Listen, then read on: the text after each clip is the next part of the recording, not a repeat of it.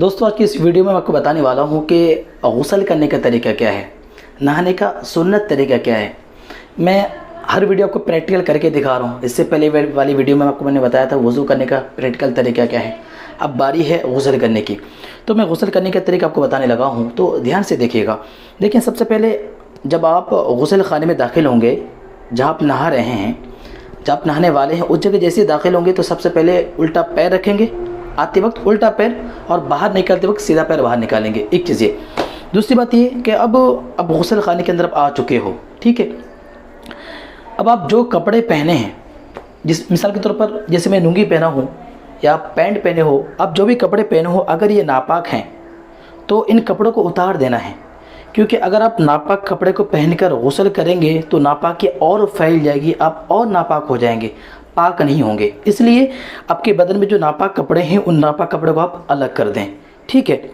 अगर उन्हीं कपड़ों को पहनकर नहाना चाह रहे हैं तो पहले उन कपड़ों को पहले निकाल कर पाक कर लीजिए, उसके बाद पहन सकते हैं, ठीक है। तो देखें, हम नहाने की शुरुआत इस तरह करेंगे कि सबसे पहले हम दोनों हाथों को यहाँ तक 3 मरतबा धोएंगे, ठीक है। 3 मरतबा धोएंगे। तो आइए आपको मैं दिखाने की कोशिश करता हूँ। दिख रहे हैं? सबसे पहले हम इस तरह करके 3 मरतबा हम अपने हाथों को धोएंगे। ये 3 मरतबा हमने अपने हाथों को धो लिया, ठीक है। उसके बाद फिर हम नाक के नीचे 3 बार हम पानी बहाएंगे, इसलिए कि जो भी गंदगी लगी हो ताकि वो गंदगी साफ़ हो जाए। अच्छा, अगर आप पाक हों तो भी पानी बहाना है, अगर नापाक हो तो भी पानी बहाना है, ठीक है। ध्यान रखिएगा। तो देखिए, पानी मैंने भर लिया है। कोशिश करें कि बाल्टी जो है वो आपके दूर रहे। आप जब नहाएं तो पानी उसमें गिरे नहीं, इसलिए बाल्टी को ज़रा दूर रखें। तो देखें, हमने हाथ जो धोया, इसमें हाथ धोने की एक हिकमत ये भी है, इसमें एक फ़ायदा ये भी है। अब हमने हाथ धो लिया है ना, अगर आप मेरा धुला हुआ उस पानी में चला भी जाए ना, पानी में डूब जाए उंगली हमारी, तो पानी ख़राब नहीं होगा, उस पानी से हम नहा सकते हैं। लेकिन अगर मैं हाथों को नहीं धोता और हमारे हाथ ऐसे ही डूब जाएंगे तो पानी बर्बाद हो जाएगा, उस पानी से हम गुस्ल नहीं कर सकते, ठीक है। तो इसलिए मैंने हाथ को धो लिया। देखिए, अब हमने पानी लिया। अब ये जो नाफ है ना, नाफ के नीचे हम जो पानी बहाएंगे 3 मरतबा, आपको मैं दिखा देता हूँ। इस तरह हमने 3 मरतबा पानी हमने बहा देना है। अब भी 3 मरतबा पानी इस तरह जो पानी बहा देंगे, 3 बार पानी बहाना है। अच्छा, नाफ के नीचे पानी बहाने के बाद जो है अपने नाफ के नीचे की जो जगह है इसको अच्छे से मलेंगे, अच्छे से साफ़ करेंगे। नाफ के नीचे यानी पेशाब की जगह पानी बहाना, और जो भी गंदगी है, जो भी नापाकी लगी, उसको आप साफ़ करेंगे। इसी तरह पूरे जिस्म में भी जहाँ के भी नापाकी लगी है उस नापाकी को दूर करना है, उस गंदगी को, उस गिलाज़त को दूर करना है, ठीक है। ये करने के बाद अब आप क्या करेंगे, अब आप नमाज की तरह वज़ू करेंगे। स्टार्टिंग कहाँ से किया था, ध्यान रखिएगा, भूलिएगा नहीं। हमने क्या किया, सबसे पहले हमने हाथ धोए, फिर हमने क्या किया, 3 मरतबा हमने नाक के नीचे हमने पानी बहाया है। उसके बाद फिर हम क्या करेंगे, नमाज की तरह हम जो जिस तरह वज़ू करते नमाज़ पढ़ने के लिए सेम वज़ू करेंगे। आइए शॉर्ट में मैं वज़ू करने का तरीका बताता हूँ। देखिए, सबसे पहले हम दोनों हाथों को 3 मरतबा हमने हाथों को धो लिया, उंगलियों को हमने खिलाल कर लिया ताकि अच्छे से हाथ भीग जाए। उसके बाद हम कुल्ली करेंगे।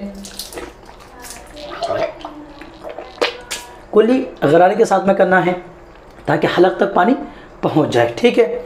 उसके बाद मिसवाक हो तो मिसवाक, या फिर अपनी उंगली से दांतों को इस तरह साफ करना है।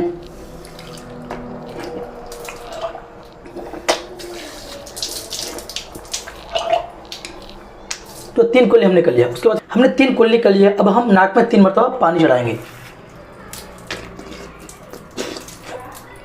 जब भी नाक में पानी चढ़ाएं तो नरम हड्डी तक पानी पहुंचना चाहिए।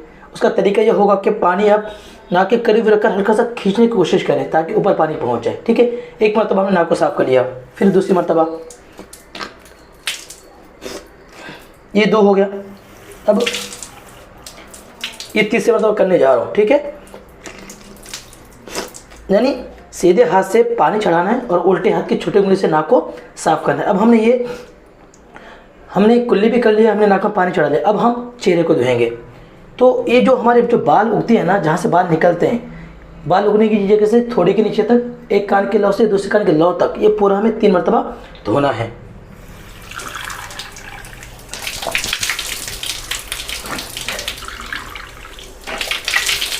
देखिए 2 बार, ये होगा 3 बार। अब अगर दाढ़ी वगैरह है तो इस तरह खिलाल कर लेंगे, ठीक है। अब हमने चेहरे को धो लिया, अब हम दोनों हाथों को धोएंगे।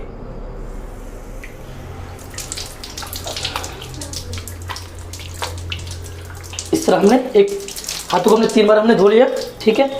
अब हम उल्टे हाथ को 3 बार धोएंगे।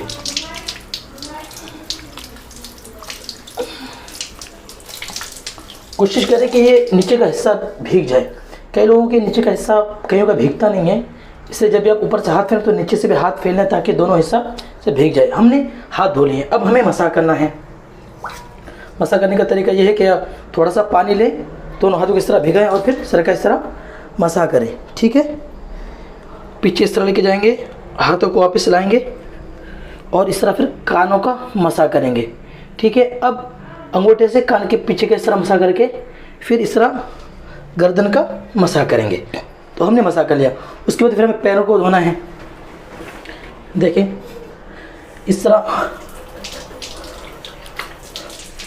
हम जब पैरों को धोएंगे तो कोशिश करें कि ये उंगलियों को इस तरह खिलाल कर लें ताकि सूखा ना रहे, ठीक है, भीग जाए। तो 3 मरतबा हमने समझे धो लिया, ठीक है। फिर 3 मरतबा हमने धो लिया। ये हमारा वज़ू का तरीका हो गया। फिर मैं आपको याद दिलाऊँ, सबसे पहले क्या करना है, सबसे पहले दोनों हाथों को धोना है, नंबर 1। नंबर 2 पे क्या करना है, नंबर 2 पे नाक के नीचे पानी बहाना है।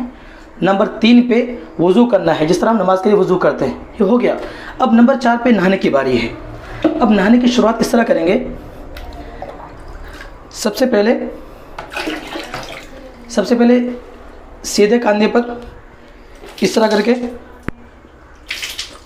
3 मरतबा जो है वो पानी लेके हम 3 मरतबा इस तरह पानी बहाएंगे, ठीक है, 3 मरतबा।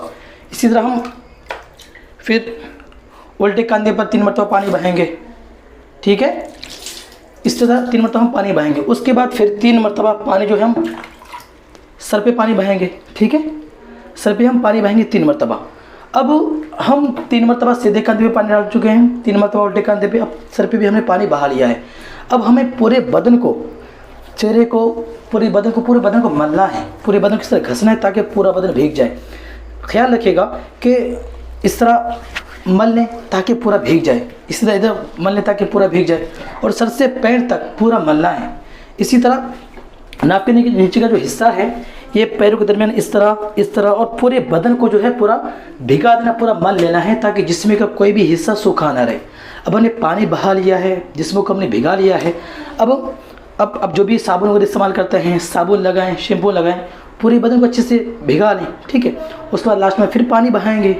आपको जितना नहाना हो, जब तक आपके बदन की सफाई नहीं होती आप नहा सकते हैं, ठीक है। तो हमने साबुन वगैरह हमने लगा लिया। उसके बाद जब बदन को भिगा रहे हो तो कोशिश कीजिएगा कि इस तरह कानों का भी इस तरह भिगा लें। बाज़ दफ़ा तो सूखा रह जाता है तो इससे आपको गुस्ल नहीं होगा। तो कान, नाक और पूरे सर से लेकर पैर तक पूरा बदन भीगना चाहिए, ठीक है। ये गुस्ल का तरीका, ये इस तरह आपका गुस्ल हो जाता है। उसके बाद फिर आप उठें और अपने फिर कपड़े वगैरह पहनना है। अच्छा, एक सवाल आपके जहन में आ रहा होगा कि अगर कोई नंगा नहाना चाहे, बगैर कपड़ों के नहाना चाहे तो क्या नहाने की इजाज़त है? तो बिल्कुल हाँ, इजाज़त है। बगैर कपड़ों के भी बिल्कुल नहा सकते हैं, इजाज़त है, शरीयत में बिल्कुल मना नहीं है। अगर आप देखना चाहते हैं कि मसला किस किताब में है तो आप देख सकते हैं, कानून शरीयत के अंदर, उस किताब के अंदर ये मसला लिखा हुआ है कि अगर कोई बगैर कपड़ों का भी नहाना चाहे तो वो नहा सकता है। लेकिन हाँ, ध्यान क्या रखना है कि अगर आप बगैर कपड़ों के नहा रहे हैं तो काबा की तरफ न आपका मुंह होगा और न ही आपकी पीठ होगी, इसको ख्याल रखना है। जब आप नंगे नहाएंगे तो आपका चेहरा भी काबे की तरफ नहीं होना चाहिए और आपकी पीठ भी काबे की तरफ नहीं होना चाहिए, ये चीज़ ध्यान रखना है। बाकी अगर आप लुंगी पैंट वगैरह पहन कर नहा रहे हैं तो आप किधर भी घूम के नहा सकते हैं, कोई मसला नहीं है। तो ये तरीका मर्द औरत दोनों के लिए है। उम्मीद करता हूँ आपको तरीका समझ आया होगा। दोस्तों, अगर आपको वीडियो अच्छी लगी हो तो इस वीडियो को लाइक और चैनल को सब्सक्राइब करें। शुक्रिया।